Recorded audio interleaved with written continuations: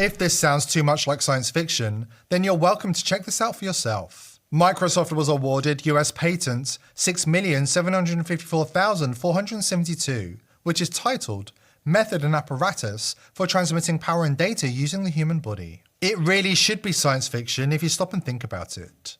Did anybody consult you about whether you're willing to hand over the exclusive rights of your body to Bill Gates? Military attorney Todd Callender has been on the front lines of legal battles ever since the elite forced the COVID mRNA vaccines on humanity. Callender has been sounding the alarm and filing lawsuits on what he describes as a deeply entrenched agenda. Working with a dedicated research team, he has uncovered disturbing evidence, supported by thousands of whistleblowers, pointing to a planned Marburg epidemic, an event that has already been paid for with US taxpayer dollars through the Biden administration's PrEP Act. Callender has revealed a deeply disturbing fact. Within the lipid nanoparticles of COVID mRNA vaccines are dormant pathogens, including E. coli, Marburg, and Ebola. According to his findings, these pathogens can be activated by specific frequencies, pulsed through the 5G network, which just happened to be rolled out at the same time as the vaccines. As Callender explains, the pulsed frequencies unleash the pathogens in a suspiciously controlled manner.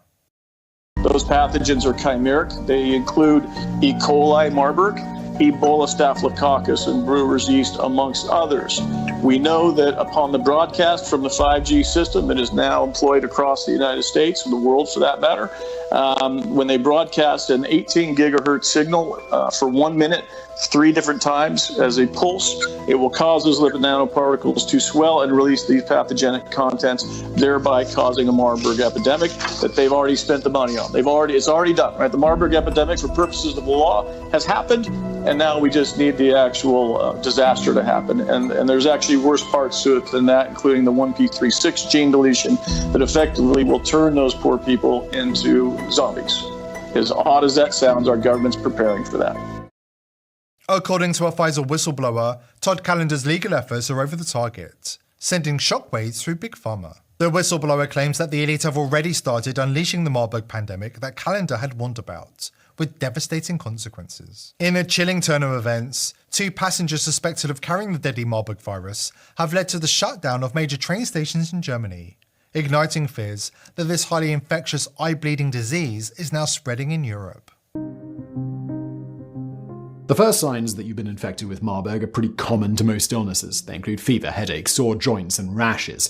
Next comes diarrhea, which can last a week. And on the 3rd day, you can expect to start vomiting with the accompanying abdominal pain and cramps. The diarrhea and vomiting are especially unfortunate as Marburg spreads through bodily fluids.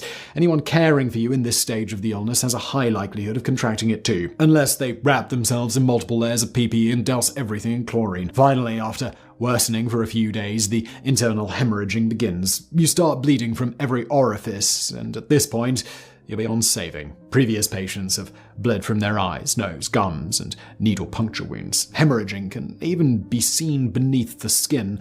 Most people die of excessive blood loss and shock 8 to 9 days after the first symptoms begin.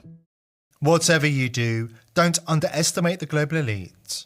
These psychopaths are not just corrupt, they're drunk on power. And they're deadly serious about reshaping the world in their image. Mass depopulation, total control over the survivors, a world where the human body is no longer yours, but a node in their global machine. This isn't science fiction, this is the blueprint. For years they've been quietly laying the groundwork. Injectable nanotech, programmable nanoparticles, human beings assigned IP addresses, connected, monitored, modified. How do we know? Because we found the receipts. A deep dive into Pfizer's dark past reveals a deeply disturbing partnership, struck with an Israeli research university nearly a decade before the pandemic. The goal?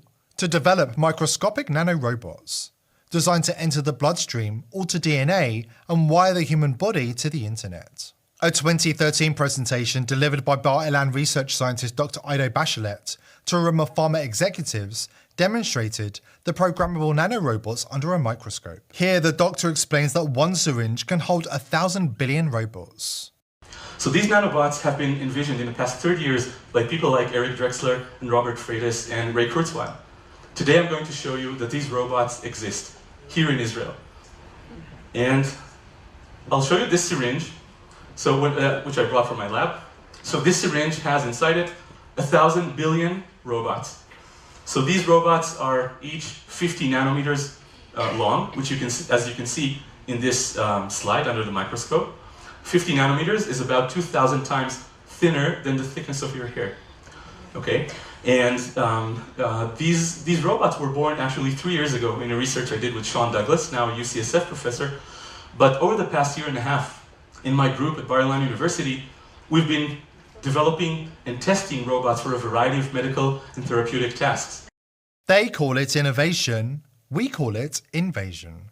And now, what was once a science fiction horror movie has become a living nightmare for the vaccinated. As Bachelet confirmed, whoever is secretly controlling these DNA nanorobots can turn them on and off with the flick of a switch and release payloads into human bodies. That's right, payloads. So this is how the nanorobot looks like. It's built from DNA, as you can see, and it resembles a clamshell in which you can put cargo. You can load anything you want, starting from small molecules, drugs, proteins, enzymes, even nanoparticles. Virtually any function that molecules can carry out can be loaded into the nanobot, and the nanobot can be programmed to turn on and off these functions at certain places and at certain times. This is how it controls molecules. And so this particular nanorobot is in an off state. It's closed. It securely sequesters anything you put, any payload you put inside, so it's not accessible to the outside of the robot. For example, it cannot engage target cells or target tissues. But we can program the nanobot to switch to an on state based on molecular cues it finds from the environment.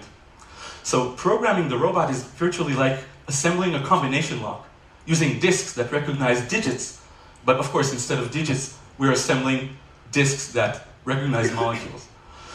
So these robots can turn from off to on, and when they do, any cargo inside is now accessible. It can attack target cells or target tissues or other robots, which you'll see later on.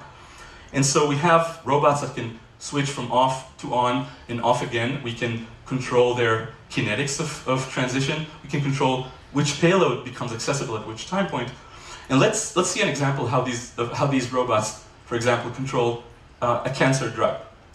So what you can do is you can take nanobots, you can put the nastiest cancer drug you may find into the robots, even a cancer drug that's been withdrawn because of excessive toxicity. Okay? When the robots are locked and you put them in a mixture of healthy cells and tumor cells, nothing happens. No cell is affected because the robot safely sequesters those drugs inside. When we unlock the robots, all cells die because the cargo inside, the drug, attacks anything on site. Are the elites now deciding who lives and who dies using payloads of microscopic DNA nanorobots that they quietly injected into billions of human bodies? This isn't just about surveillance or control, it's about playing God. With this technology, they don't just monitor life, they can end it, or engineer it. They've seized control of the most sacred forces on Earth, death and creation themselves. But here's what they didn't count on. We are awake now, and we're not going to go down without a fight. Here at The People's Voice, we're determined to continue exposing the elites, but we can't do it by ourselves. Subscribe to the channel and join the People's Voice Locals community. To support the channel, join our amazing team and gain access to exclusive and uncensored content. I hope to see you there. Today's video is brought to you by IPv6ers. Are you a content creator who wants to publish information online without Big Brother spying and censoring your every move? IPv6ers is set to revolutionize the way information is disseminated on the internet by eliminating the need for big tech companies to provide unreliable, overpriced services such as self-hosting, email, and data management. IPv6ers enables an easy and accessible way for you to host your own web and email server